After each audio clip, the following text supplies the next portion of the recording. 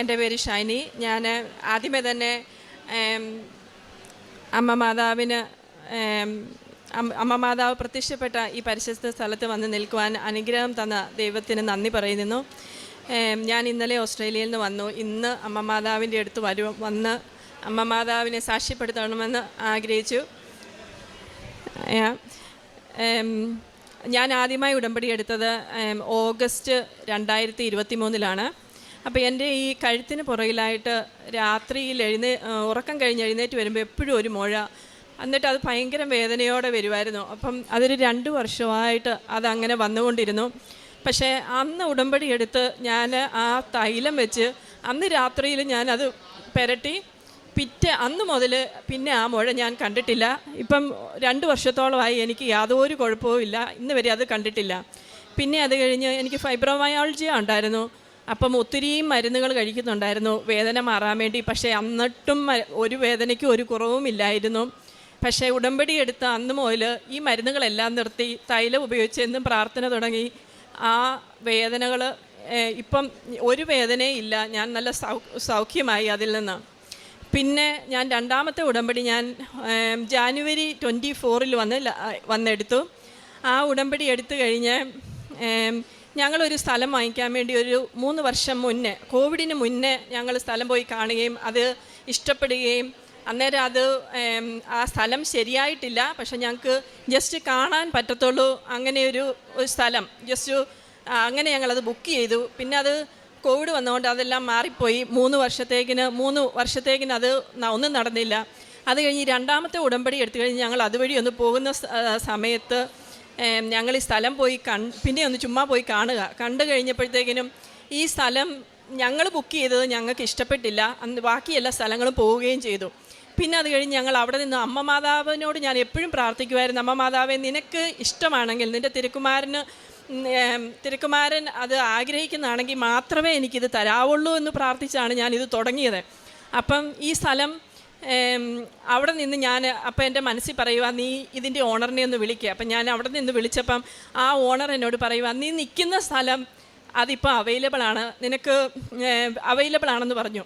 അപ്പോഴും ഞാൻ ഓക്കെ പറഞ്ഞിട്ട് ഞങ്ങൾ വീട്ടിൽ പോയിട്ട് പിന്നെ അത് കഴിഞ്ഞ് നോക്കുമ്പോൾ ഈ സ്ഥലം നോക്കുമ്പോഴെല്ലാം ഈ അമ്മ മാതാവിനെ എനിക്ക് ആ സ്ഥലത്ത് ആദ്യമേ കാണാൻ പറ്റുന്നത്. അപ്പം എൻ്റെ മനസ്സിൽ പറയുക, മോളെ ഇത് നിനക്ക് വേണ്ടിയുള്ള സ്ഥലം, അമ്മ മാതാവ് ഇത് പ്രൊട്ടക്റ്റ് ചെയ്ത് വെച്ചേക്കുക വേറെ ആരും കൊണ്ടുപോകാതിരിക്കാൻ വേണ്ടി. എന്നിട്ടും എനിക്ക് അത് കഴിഞ്ഞും ഇതെങ്ങനെ നടക്കുമെന്ന് അറിയത്തില്ല. കാരണം അതൊരു ഇച്ചിരി കൂടിയ വലിയ സ്ഥലമാണ്.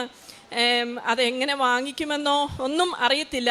പക്ഷേ അതിൻ്റെ എല്ലാ കാര്യങ്ങളും ഭംഗിയോടെ നടന്ന് ഈ മണ്ടയിൽ അതിൻ്റെ സെറ്റിൽമെൻറ്റ് കഴിഞ്ഞു. ദൈവമാതാവിന് 1000 നന്ദി. എത്ര സ്തുതിച്ചാലും ഈ ദൈവം തമ്പുരാൻ തരുന്ന അനുഗ്രഹങ്ങളെ അമ്മ മാതാവ് വഴി പറഞ്ഞാൽ തീരത്തില്ല. പിന്നെ അത് കഴിഞ്ഞ് ഞാൻ ഒക്ടോബറിൽ ഓൺലൈൻ ഉടമ്പടി എടുത്തു. അന്നേരം എൻ്റെ മകന് അവൻ ഏവിയേഷൻ ഡിഗ്രി കഴിഞ്ഞ് അവന് ഫ്ലൈയിങ്ങിന് പോകാൻ വേണ്ടി എങ്ങും അവസരം കിട്ടാതിരുന്ന സാഹചര്യം, അവൻ ആകെപ്പാടെ വിഷമിച്ച് നിൽക്കുമ്പോഴാണ് ഞാൻ ഈ ഓൺലൈൻ ഉടമ്പടി എടുക്കുന്നത്.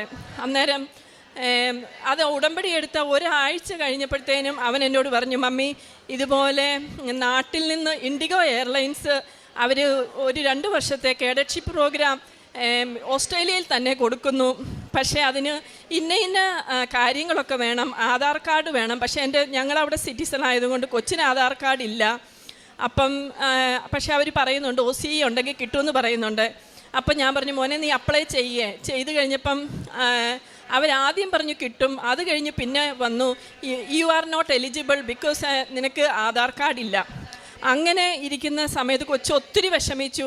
ഇനി ഞാൻ എന്നാ ചെയ്യും, അവർ ഓൾറെഡി എനിക്ക് നോട്ട് എലിജിബിൾ എന്ന് പറഞ്ഞൊരു ഇമെയിൽ തന്നല്ലോ. പിന്നെ എല്ലാവരും അത് ഉപേക്ഷിച്ചു. 2-3 ദിവസം കഴിഞ്ഞപ്പം ഈ മാതാവ് എൻ്റെ മുന്നിൽ വന്ന് എന്നോട് പറയുക, മോളെ ആ ഇമെയിൽ നീ അവനിൽ നിന്ന് വാങ്ങിച്ചൊന്ന് നോക്കിക്കേ, അത് തെറ്റുപറ്റിയതാ, അത് അവർക്ക് തെറ്റുപറ്റിയതാന്ന് ഈ മാതാവ് ഇത് തന്നെ ഈ സെയിം രൂപത്തിൽ അമ്മ മാതാവ് എൻ്റെ മുന്നിൽ വന്ന് ഇങ്ങനെ പറഞ്ഞു. അപ്പം ഞാൻ കൊച്ചിനോട് വന്ന് പറഞ്ഞു, മോനെ അമ്മ മാതാവ് മമ്മിയോട് ഇങ്ങനെ കാണിച്ചു തരുന്നുണ്ട്, മോനൊന്ന് നോക്കി, മോൻ ആ ഇമെയിൽ മമ്മിക്കൊന്ന് ഫോർവേഡ് ചെയ്യേ. അപ്പം കൊച്ചെനിക്ക് ആ ഇമെയിൽ ഫോർവേഡ് ചെയ്ത് തന്നു. അപ്പം അത് വായിച്ചിട്ട് ഞാൻ മോനോട് പറഞ്ഞു, മോനെ നീ ഇങ്ങനെയൊക്കെ എഴുതി അവർക്ക് അയക്കേ. അങ്ങനെ അയച്ചു. അപ്പം കൊച്ചു നൈറ്റ് ഷിഫ്റ്റ് കഴിഞ്ഞ് ഉറങ്ങാൻ പോകുന്നതിന് മുന്നാണ് എന്നോട് വന്ന് പറയുന്നത്. അപ്പം ഞാൻ പറഞ്ഞു, മോനെ നീ ഇമെയിൽ ഇങ്ങനെ എഴുതി നീ തിരിച്ചയച്ചു. കൊച്ചു കിടന്നുറങ്ങാൻ പോയി. അപ്പം ഞാൻ പ്രാർത്ഥിച്ചുകൊണ്ടിരുന്നു, കൊന്തയെല്ലിക്കൊണ്ടിരുന്നു. അമ്മ മാതാവിനോട് പറഞ്ഞു, അമ്മ മാതാവേ, ഞങ്ങളെ നീ പ്രത്യക്ഷീകരണത്തിൻ്റെ സാക്ഷിയാക്കി മാറ്റണമെന്ന് പ്രാർത്ഥിച്ചുകൊണ്ടിരുന്നു. 3 മണി ഈവനിങ് ആയപ്പം കൊച്ചി എഴുന്നേറ്റ് വന്ന പാടെ ഓടി വരുക എൻ്റെ അടുത്ത്, അമ്മേ എനിക്ക് ഇമെയിൽ വന്നു, ഞാൻ എലിജിബിളാണ് ഈ കോഴ്സിനെന്ന് പറഞ്ഞ്. അപ്പം എന്താ പറയേണ്ടത്, ചിരിക്കാനാണോ കരയാനാണോ എന്ന് എനിക്കറിയത്തില്ല. ഞാൻ അവനെ കെട്ടിപ്പിടിച്ച് കരഞ്ഞിട്ട് പറഞ്ഞു, മോനെ അമ്മ മാതാവിൻ്റെ ശക്തി നീ കണ്ടോ? അമ്മ മാതാവ് അന്നേരം ആ ഇമെയിൽ എഴുതിയേക്കുന്നു അവർക്ക് തെറ്റ് പറ്റിയതാണ് എന്ന് പറഞ്ഞോണ്ട്.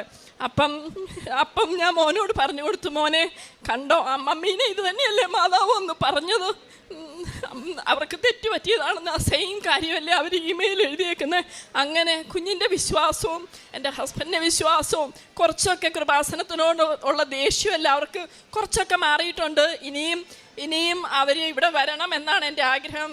അത് സാധിക്കുമെന്ന് ഞാൻ പ്രാർത്ഥിക്കുന്നു. ഇപ്പം കുഞ്ഞിൻ്റെ പേപ്പർ വർക്കുകൾ ഇവിടെ നാട്ടിലെ എയർലൈൻസ്, ഇൻഡിഗോ എയർലൈൻസിൻ്റെ പേപ്പർ വർക്കുകൾ നടന്നുകൊണ്ടിരിക്കുന്നു. കംപ്ലീറ്റ് ആയിട്ടില്ല എങ്കിലും പൂർണ്ണമായി വിശ്വസിക്കുന്നു അത് അമ്മ മാതാവ് ഇത്രയൊക്കെ നടത്തി തന്നെങ്കിൽ ബാക്കിയും കൂടെ നടത്തി തരുമെന്ന്.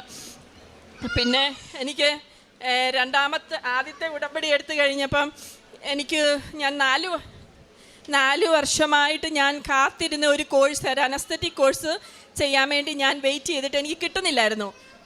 ഞാൻ എപ്പോഴും ക്യൂവിലാണ്, അല്ലെങ്കിൽ അങ്ങനെ പറഞ്ഞുകൊണ്ട് അത് മാറി പോവുമായിരുന്നു. പക്ഷേ ഞാനിവിടുന്ന് ഉടമ്പടി എടുത്തു അവിടെ ചെന്ന് കഴിഞ്ഞപ്പോഴത്തേക്കിനും അതിൻ്റെ ഒരു 2 ആഴ്ച കഴിഞ്ഞപ്പോൾ മുതൽ ഞാൻ ആ കോഴ്സ് ചെയ്യാൻ വേണ്ടി എനിക്ക് അനുവാദം കിട്ടി. ഞാൻ അത് ചെയ്തു.